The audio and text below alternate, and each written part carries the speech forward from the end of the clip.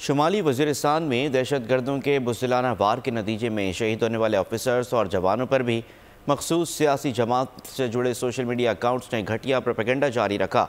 वाक़े में शहीद होने वाले ऑफिसर्स और जवानों की बेहुरमती की गई।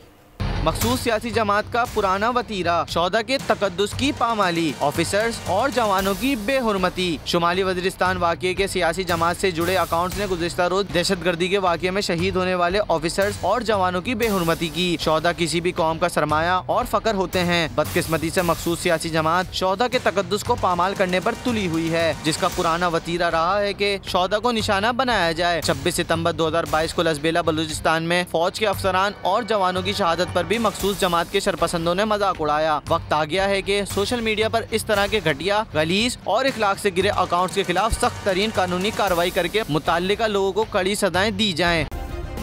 सब्सक्राइब करें और बेल दबाएं ताकि कोई खबर रह न जाए।